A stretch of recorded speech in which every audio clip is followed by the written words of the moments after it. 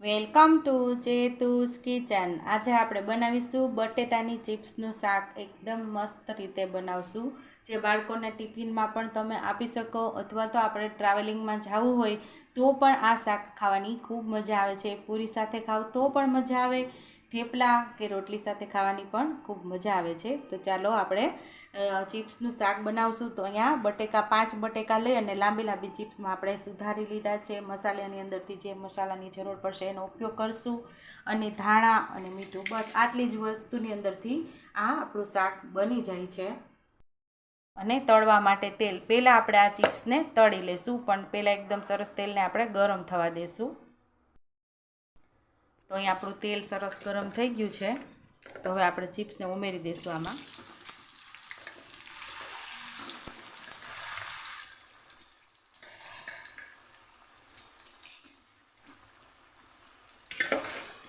બધી ચિપ્સને આપણે ઉમેરી દેવાની છે આમાં।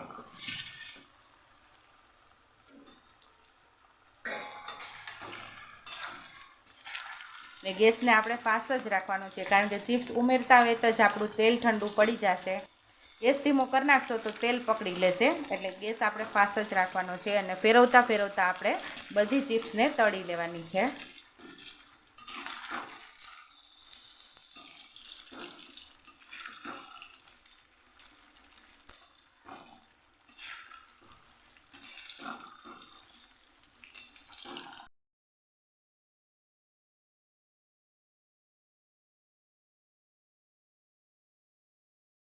થોડી થોડી વાર આપણે આને ફેરવતા રહીશું।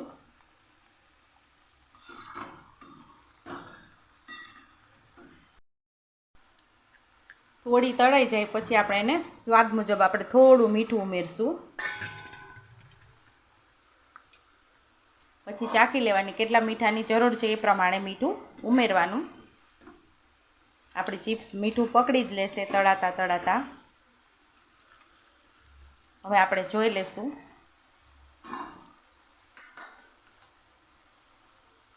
તો અહીં આપણી ચિપ્સ તૈયાર થઈ ગઈ છે। તો સાઈડ ઉપર આપણે આને પહેલાં કાઢી લેશું, પછી આપણે આનો એક બીજો વઘાર કરીશું।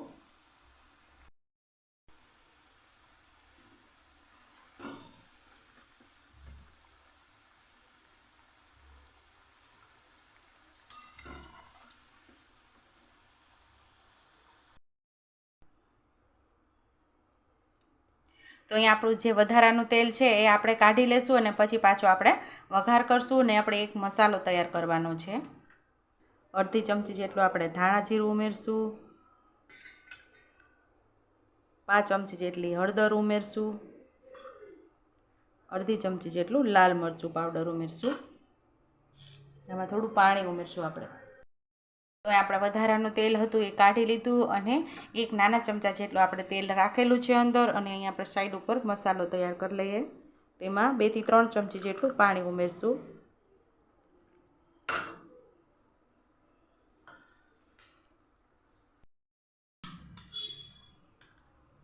તો અહીં આપણું તેલ સરસ ગરમ જ હતું, ને હવે અડધી ચમચી જેટલું આપણે જીરું ઉમેરશું। અહીંયા આપણે મસાલો તૈયાર કરેલો, તમારે જો લસણવાળો મસાલો ખાવો હોય તો અહીંયા લસણ ઉમેરી શકો છો, અને ફરાળ માટે બનાવતા હોય તો આવી રીતે મસાલો ઉમેરી અને ફરાળી ચિપ્સનું શાક તૈયાર કરી શકો છો। આ મસાલાને આપણે સાતળી લેવાનો, પાણી બળી જાય ત્યાં સુધી।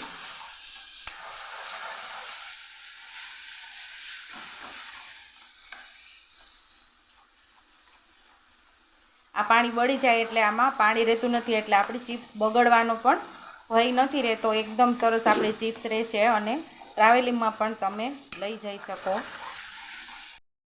છે।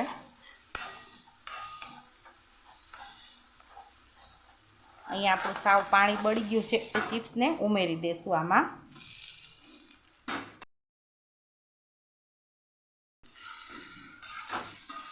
મિક્સ કરી દઈશું।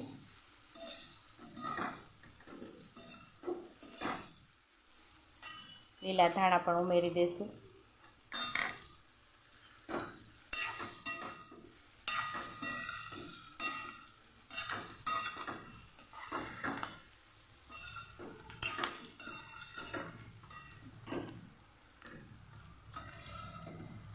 તો અહીંયા તૈયાર છે આપણું બટેટાની ચિપ્સનું શાક। તો તૈયાર છે આપણું બટેટાની ચિપ્સનું સિમ્પલ એવું શાક, એકદમ ઝડપથી બની જાય છે. જો તમને મારી રેસીપી પસંદ આવી હોય તો મારી રેસીપીને લાઇક કરજો, શેર કરજો, સબસ્ક્રાઈબ કરજો, બેલ આઇકોન દબાવતા ભૂલતા નહીં અને કમેન્ટ બોક્સમાં કમેન્ટ કરજો કે મારી રેસીપી કેવી લાગી. તો આવજો.